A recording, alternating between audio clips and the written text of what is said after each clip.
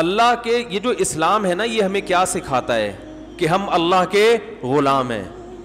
اسلام نے کچھ احکام ہمیں ایسے بھی دے دیے کہ ان احکام میں ہماری آزمائش ہے کہ یہ مجھے اپنا بندہ یہ اپنے آپ کو میرا بندہ سمجھتے ہیں یا نہیں سمجھتے.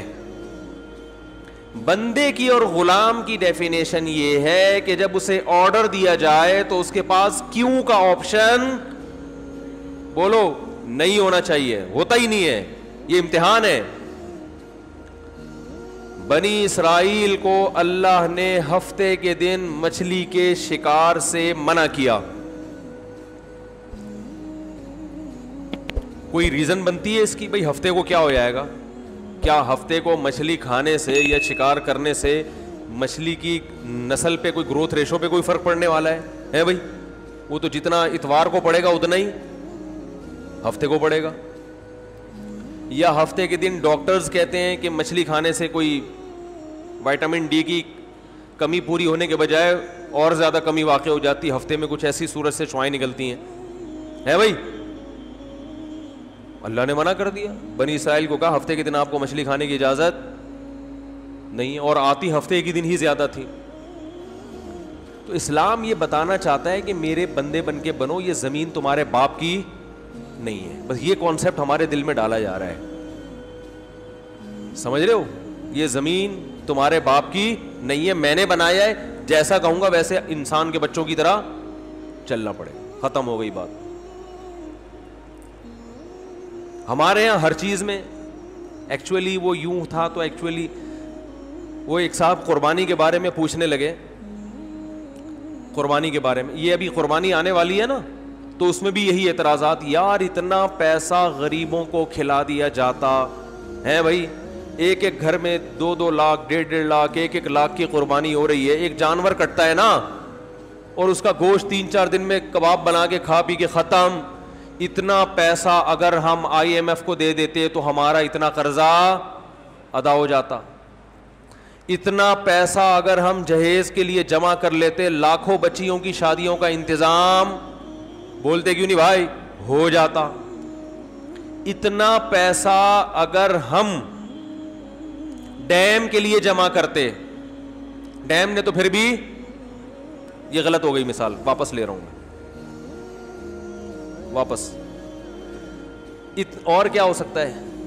بس یہ 2 ہی چیزیں ہو سکتی ہیں. بہرحال بہت کچھ ہو سکتا تھا نا.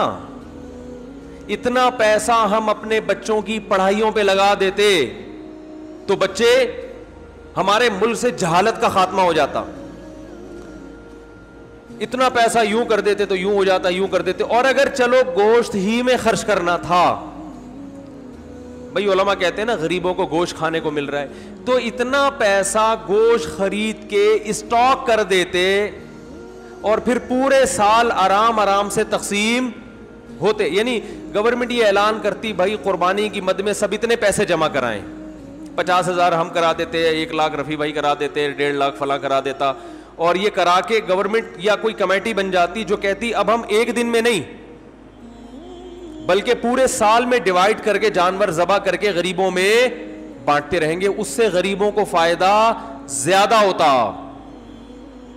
بھائی 3 دن میں ہی آپ نے لاکھوں کروڑوں جانور کاٹ دیے, اس میں تو ضائع بھی بہت ہوتا ہے نا. ارے اس کو اسٹور کر کے, بھائی یہ گائے مفتی صاحب کی ہے, یہ گائے فلاں کی ہے, یہ گائے فلاں کی ہے, اب یہ بس اللہ کے نام پہ ہو گئی ہے. اب بوقت ضرورت بقدر ضرورت جب ضرورت ہوگی یہ گائے کٹتی رہے گی, راشن بٹتا رہے گا غریبوں میں. یہ 3 دن کے اندر ہی کیوں, 3 دن کے اندر اتنا جانور جب آپ کاٹتے ہیں تو فائدے کے بجائے نقصان بولو نا زیادہ ہوتا ہے. معاشی لحاظ سے جانور کے گوشت کی قیمت بہت زیادہ اوپر چڑھتی ہے, جو ظاہری کیلکولیشن بتاتی ہے, حقیقت تو اللہ ہی جانتا ہے. ارے مجھے ایک بات بتاؤ نا یار, یہ بات بھی سمجھانا کوئی مشکل کام ہے.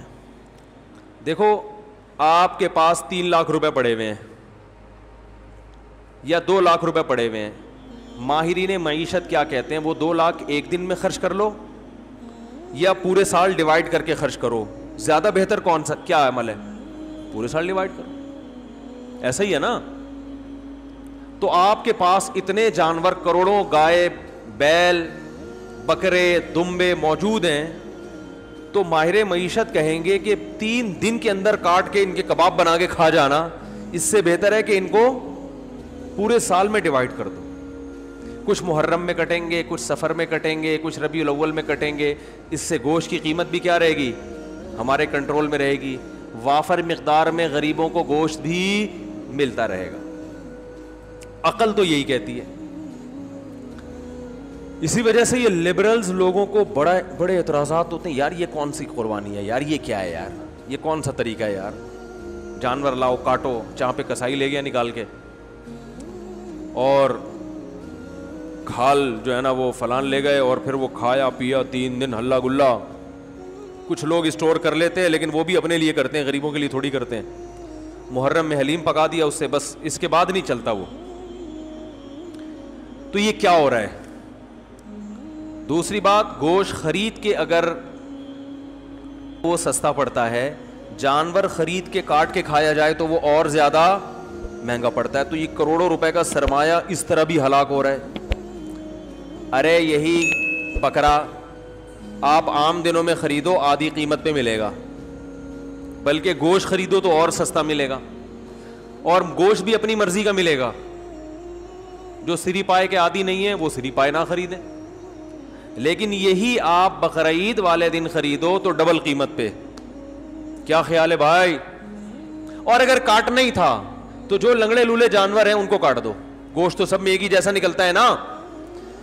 ارے کسی کا جانور لنگڑا ہے, اندھا ہے, کاڑا ہے, کنکٹا ہے, وہ تو ویسے ہی گوشت پہ تھوڑی کوئی اثر پڑتا ہے. جانور اندھا ہو گوشت تھوڑی اندھا ہے. لیکن شریعت نے کیا کہا, معذور جانور کی قربانی بولو بھائی نہیں ہے. یہ تو ایک اور اعتراض ہمارے لیے کھڑا کر دیا. تو اتنے سارے اعتراضات قربانی پہ ہوتے ہیں, ان سب کا ایک ہی جواب ایک حدیث میں موجود ہے. صحابی نے پوچھا یا رسول اللہ یہ قربانی کیا ہے؟ آپ نے فرمایا سنت ابیکم ابراہیم, تمہارے باپ ابراہیم کی سنت, بس اور کوئی لاجک نہیں ہے. جب اللہ نے ابراہیم علیہ السلام کو حکم دیا بیٹے کو ذبح کرو, تو اس کی کوئی لاجک سمجھ میں آتی ہے؟ ابھی تو گائے کاٹنے کا کہا جا رہا ہے, بیٹا کاٹنا تک کا تو کوئی تک بنتا ہے ہی نہیں. بھائی بیٹے کو کاٹنے کا حکم دیا جائے, یہ کسی لبرل کو آپ سمجھا سکتے اس کی حکمت ہے بھائی؟ اقوام متحدہ کو قائل کر سکتے ہو کہ بیٹا کاٹنا بھی اس کی کوئی تک بنتا ہے اس کا, وہ مانیں گے؟ ہے بھائی؟ کسی کو بھی بٹھا کے سمجھاؤ یار فلاں کو اللہ نے حکم دیا بیٹا کاٹو, تو آپ فوراً کہو گے یار ہو سکتا ہے وہ بیٹا چور ہو معاذ اللہ, یا وہ بیٹا اتنا بڑا مجرم ہو کہ اس نے کئی لوگ کاٹ چکا ہو. تو اب باپ کو کہا جا رہا ہے اس بیٹے کو کاٹو تاکہ مزید لوگ نہ کٹیں, ڈاکو ہو چور ہو ہے نہ. بھائی وہ بیٹا بھی کون ہے؟ اسماعیل پیغمبر کا بیٹا, اور جس کے بارے میں بشارت دی گئی تھی کہ بطور انعام کے دیا جا رہا ہے آپ کو, آپ کی قربانیوں کا صلہ ہے یہ بیٹا, بطور گفٹ, جس کے اچھا ہونے میں دو رائے نہیں ہو سکتی. ایسے بیٹے کے بارے میں حکم دیا جا رہا ہے ابا کو کہ اس بیٹے کو کیا کر دو, ذبح کر دو. آپ کہہ سکتے ہیں ہو سکتا ہے بچے کا امتحان لیا جا رہا ہو کہ یہ بچہ کتنے پانی میں ہے, کاٹنے کا اصل حکم نہ ہو بلکہ اللہ دیکھنا چاہ رہے ہو کہ بچہ آگے سے رسپانس کیا کرتا ہے. تو بچے نے جواب کیا دیا تھا, یا ابت افعل ما تؤمر, اے ابا جو کہا گیا ہے عمل کر لیں. تو بچہ ایگزام میں کامیاب ہو گیا, اب اللہ کہتے ہیں بس نہیں کاٹیں, ہے بھائی؟ تو جیسے ابراہیم علیہ السلام کو حکم دیا اپنے بیٹے کو کاٹیں, اس کی لاجک کچھ بھی نہیں ہے سوائے اس کے کہ ابراہیم بھی اللہ کے, بیٹا بھی اللہ کی مخلوق پہلے ہے, ابراہیم کا بیٹا بعد میں. تو اللہ کہہ سکتا ہے بھائی میں تو ویسے بھی کسی کو کسی وقت موت دے سکتا ہوں, آپ نہیں کاٹیں میں کسی اور حادثے سے ہلاک کر دوں, یہ تو مجھے اختیارات ہے نا, دیا بھی تو میں نے. یہ ثابت کرنے کے لیے کہ ابراہیم تو میرا بندہ ہے اور تیرا بیٹا بھی میرا غلام ہے. غلام کو جب حکم دیا جاتا ہے تو اس کے پاس کیوں کا آپشن نہیں ہوتا, بس یہ ثابت کرنے کے لیے کاٹو. تو ہمیں حکم دیا جا رہا ہے کہ بیٹے مت کاٹو, بلکہ بیٹے تو مزید پیدا کرو, نسل بڑھانے کا حکم ہے نا. لیکن بیٹے کے بدلے میں جانور کاٹو, اور اس جانور پہ جو اعتراضات ہوں کہ کیوں کاٹنے کا حکم دیا جا رہا ہے, اتنے پیسے سے غریب کی شادی کرا دیتے. ایک تو غریب کی جب بھی مثال آتی ہے شادی کی آتی ہے بیچارے کی مثال, کیونکہ غریب کے ہر مسئلہ حل ہوتا ہے, شادی نہیں ہوتی بیچارے کی. غریب کو روٹی بھی مل جاتی ہے, لوگ زکوٰۃ فطرہ دے دیتے ہیں غریبوں کو, میں نے دیکھا ہے, بلکہ دیتے ہی غریبوں کو ہیں, تلاش کر کر کے غریبوں کو دیتے ہیں. ہر کام علاج بھی ہو جاتا ہے. غریب کا مسئلہ اٹکتا کہاں ہے؟ رشتہ لینے جائے گا, جتنا بھی ترس آ رہا ہو نا آپ کو, آپ بولے گے بھائی تو یہ 1 لاکھ مزید لے لے, پتلی گلی سے نکل یہاں سے, بیٹی نہیں دوں گا. تو غریب کے سارے مسائل کہاں کے کھڑے ہوتے ہیں. اس لیے میں مثال دیتا ہوں, غریب کی شادی نہیں ہوتی اس کی بیچارے کی, رشتہ نہیں دیتا کوئی, تو غریب بھی نہیں دے رہے ہوتے. کمال کی بات یہ غریب بھی نہیں دے رہے ہوتے اس. تو اس لیے میری زبان سے نکلتا ہی یہی لفظ ہے ہمیشہ. کیا بات کر رہا تھا میں؟ ہاں, تو میں یہ عرض کر رہا تھا کہ لوگ کہہ سکتے تھے کہ یہ جو تم نے 1.5-2 لاکھ کا بیل خریدا ہے, اس سے کسی غریب کی شادی کرا دیتے, یا کھانا کھلا دیتے, یا کسی غریب بچی کو جہیز دے دیتے, یا فلانا کر دیتے, تو ڈمکانا کر دیتے. تو آپ ان سے بولو بھائی جب ابراہیم علیہ السلام کو اللہ نے حکم دیا تھا بیٹے کو ذبح کرو, تو ابراہیم علیہ السلام بھی اس قسم کے اشکال اگر کر لیتے تو وہ اللہ کے خلیل نہ بنتے, وہ معاذ اللہ نقل کفر شیطان کے دوست بن جاتے.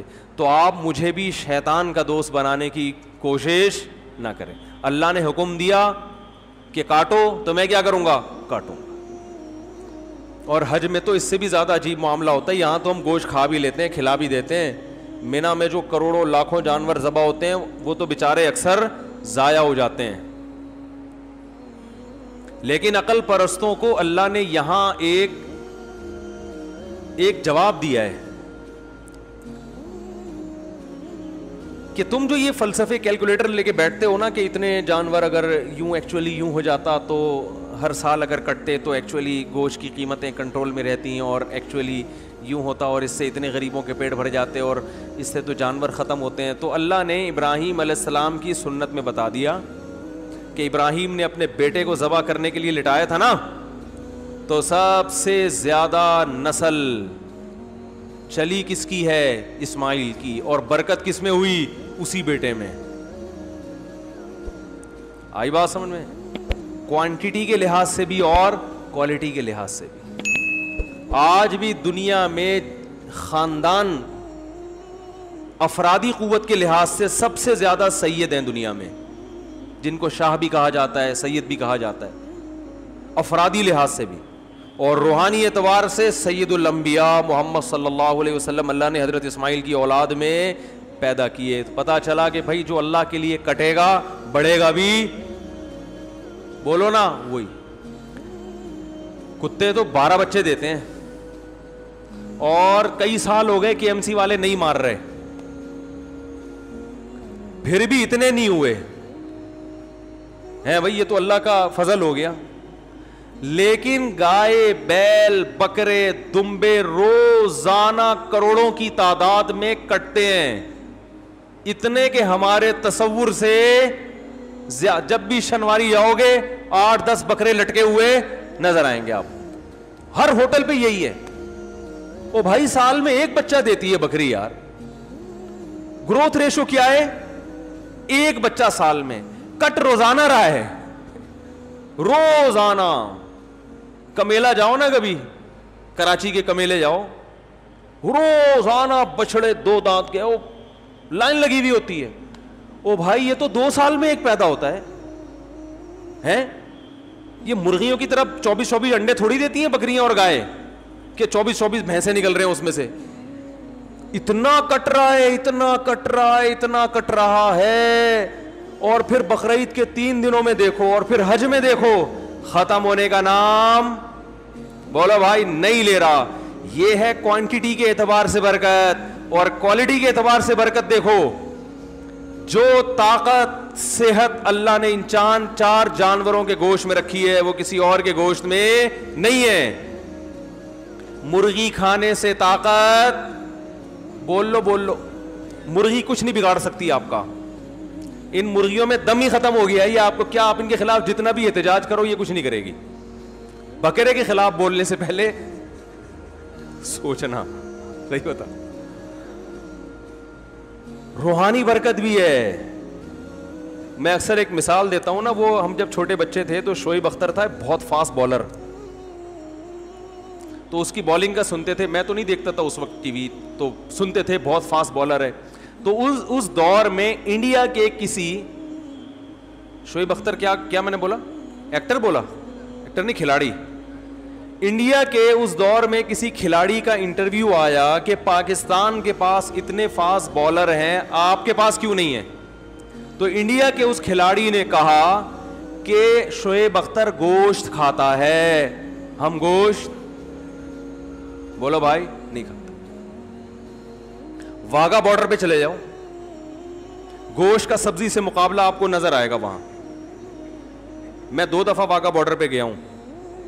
بار بار دل چاہتا ہے, لیکن اب چونکہ ذرا مشہور ہو گئے تو ہر آدمی وہ پھر تصویریں لے کے ڈالنا شروع کر دیتے ہیں, اور ایک عجیب ہی. تو واگا بارڈر پہ آپ جائیں, ایک طرف گوشت نظر آئے گا, دوسری طرف بولو بھائی سبزی. آوازوں میں دم دیکھو, ایک کی دھاڑ جیسے شیر دھاڑ رہا ہے, قد ہے بھائی جیسے بیل. تو یہ برکت کس کی ہے؟ گوشت کا مقابلہ سبزی سے دیکھنا, سبزی سے کرنا ہے تو ابھے نندن کی چائے دیکھ لو. ایک سبزی کھا کر اڑا تھا ہے بھائی ہوا میں, اور ایک, بولتے کیوں نہیں یار, اس میں تو کوئی کچھ نہیں, کوئی پابندی نہیں ہے یار, آپ تو گوشت کھاتے ہو نا. ایک نے سبزی کھائے تھے ٹماٹر, جس پہ پھر ہم پہ پابندی لگائے گی کہ ٹماٹر پہ پابندی لگا رہے ہیں ہم. لگا دو پابندی, گائے پہ پابندی نہ لگانا.